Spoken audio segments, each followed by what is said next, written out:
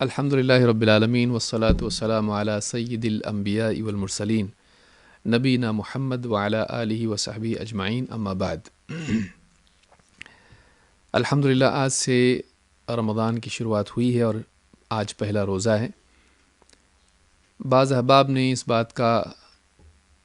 بات کی گزارش کی تھی کہ رمضان کے مہینے میں مختصر سے کچھ دروس ہوں تاکہ جو لوگ اپنے گھروں میں قید ہیں اور ان حالات میں نہ باہر نکل سکتے ہیں نہ کہیں جا سکتے ہیں، دروس کا سلسلہ مستقلاً بند ہے اور لوگ عام طور سے انٹرنیٹ کے ذریعے، یوٹیوب کے ذریعے یا ویب سائٹس پر ہی دینی باتیں دیکھ رہے ہیں، سن رہے ہیں۔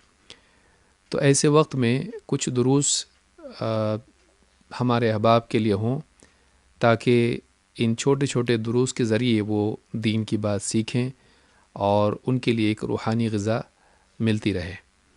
تو آج سے یہ سلسلہ ہم شروع کر رہے ہیں الحمدللہ، اللہ رب العالمین کی توفیق سے، اس کے فضل و کرم سے، اور امید کرتے ہیں کہ یہ دروس انشاءاللہ جاری رہیں گے تاکہ اس طرح کے مختصر دروس کے ذریعے سے ہمارے علم میں اور ہمارے ایمان میں اور ہمارے اعمال صالحہ میں ترقی اور زیادتی ہو۔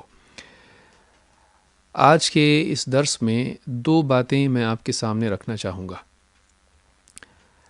سب سے پہلی چیز یہ کہ ان موجودہ حالات میں ہم اپنے گھروں میں ہیں، نہ باہر جا سکتے ہیں اور نہ عبادات کے لیے جا سکتے ہیں، نہ اپنی حاجات کے لیے جا سکتے ہیں۔ یہ جو تنگی ہے، اس تنگی اور پریشانی کی وجہ سے ایک طرح سے دل میں شکایت پیدا ہوتی ہے۔ اس ناشکری کی وجہ سے ایک انسان اللہ تعالیٰ سے دور ہو جاتا ہے، اللہ کی رحمت سے، اس کی نعمتوں سے مزید محروم ہو جاتا ہے۔ تو ان حالات میں کرنے کا کام، سب سے پہلا کام یہ ہے کہ ہم اللہ رب العالمین کی شکایت کی بجائے اس کا شکر کرنے والے بنیں۔ اللہ رب العالمین قرآن کریم میں فرماتا ہے وَقَلِيلٌ مِّنْ عِبَادِيَ الشَّكُورُ، میرے بندوں میں بہت تھوڑے ہیں جو واقعی شکر کرنے والے ہیں۔ قرآن کریم میں شکور کا لفظ یہاں پر ایک خاص معنی رکھتا ہے۔ عربی زبان میں شکر کرنے والے کے لیے شاکر کا لفظ بھی آتا ہے اور شکور کا لفظ بھی آتا ہے۔ اللہ رب العالمین نے یہاں پر فرمایا وَقَلِيلٌ مِّنْ عِبَادِيَ الشَّكُورُ، میرے بندوں میں بہت تھوڑے ہیں جو واقعی شکر کرنے والے ہیں، جو شکور ہیں۔ یہ سورہ سبا کی آیت نمبر 13 ہے۔ آپ دیکھیں گے کہ اللہ کے نبی صلی اللہ علیہ وسلم کی بھی چاہت یہ تھی کہ آپ اللہ رب العالمین کے شکر گزار بندے بن جائیں۔ آپ مسلسل عبادت کرتے تھے، یہاں تک کہ آپ کے پاؤں میں ورم آتا تھا۔ صحابہ نے آپ سے عرض کی کہ آپ اتنا مجاہدہ کیوں کرتے ہیں؟ تو آپ نے اس وقت میں کہا تھا کہ افلا احب ان اکون عبدا شکورا، کیا میں اس بات کو پسند نہ کروں کہ میں اللہ تعالیٰ کا شکر گزار بندہ بن جاؤں۔ آپ نے جو لفظ یہاں پر استعمال کیا وہ تھا عبدا شکورا، اللہ تعالیٰ کا شکر گزار بندہ۔ کیا میں اللہ تعالیٰ کا شکر گزار بندہ نہ بن جاؤں؟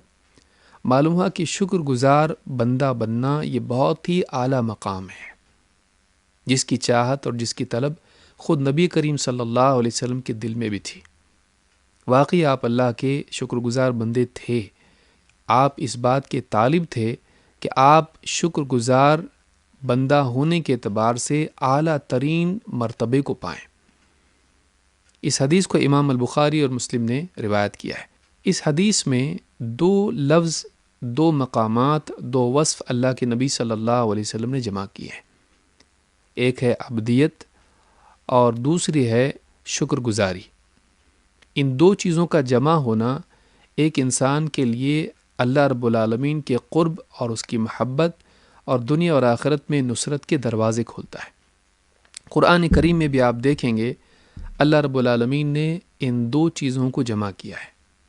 سورہ الزمر میں اللہ تعالیٰ فرماتا ہے بَلِ اللَّهَ فَاعْبُدْ وَكُن مِّنَ الشَّاكِرِينَ۔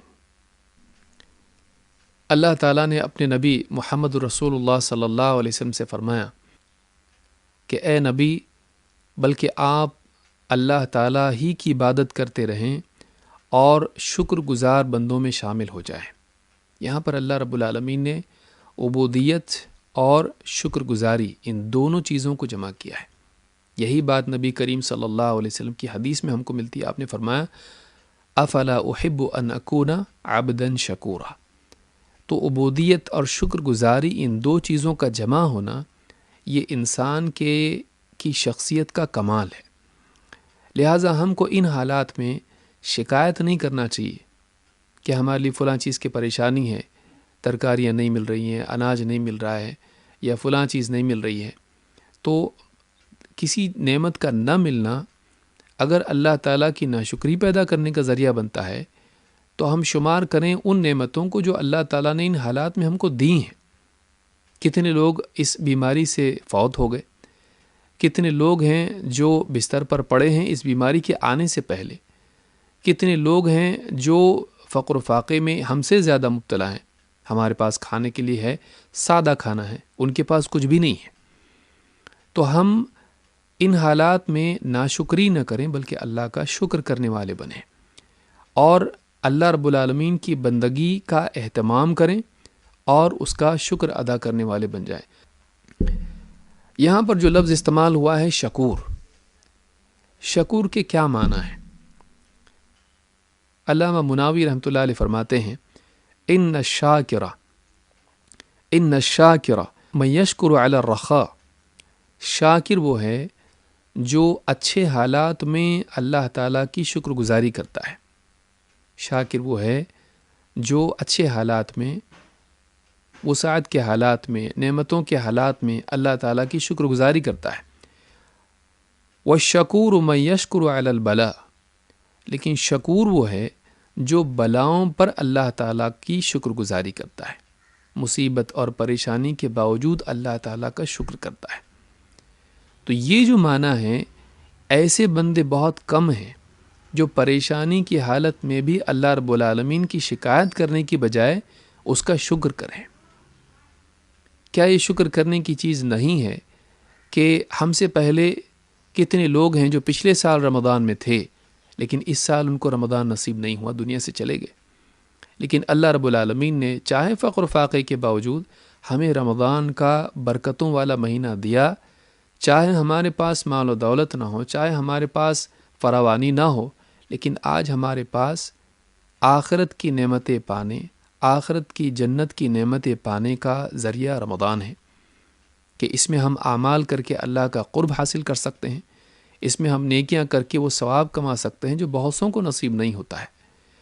لہٰذا ایک انسان اگر اپنے دیکھنے کا زاویہ بدل دے تو اس کی زندگی بدلتی ہے۔ ہمارے پاس کیا نہیں ہے، ان تنگی کے حالات میں ہم کو کتنی پریشانی ہو رہی ہے، بہت ساری نعمتوں سے ہم محروم ہو گئے ہیں، ٹھیک ہے، لیکن اللہ تعالیٰ نے ہم کو دین دیا، ہم کو اسلام دیا، ہم کو اللہ رب العالمین نے رمضان المبارک کا مہینہ دیا۔ یہ کتنی بڑی نعمت ہے، یہ ان تمام نعمتوں کے مقابلے میں بہت اعلیٰ نعمت ہے، اور وہ نعمتیں، اچھے اچھے کھانے اور ساری سہولتیں اس نعمت کے مقابلے میں وہ کچھ بھی نہیں ہے۔ لہٰذا پہلی چیز جو ہم کو یاد رکھنا ہے وہ یہ کہ ہم اللہ رب العالمین کا شکر کرنے والے بنیں۔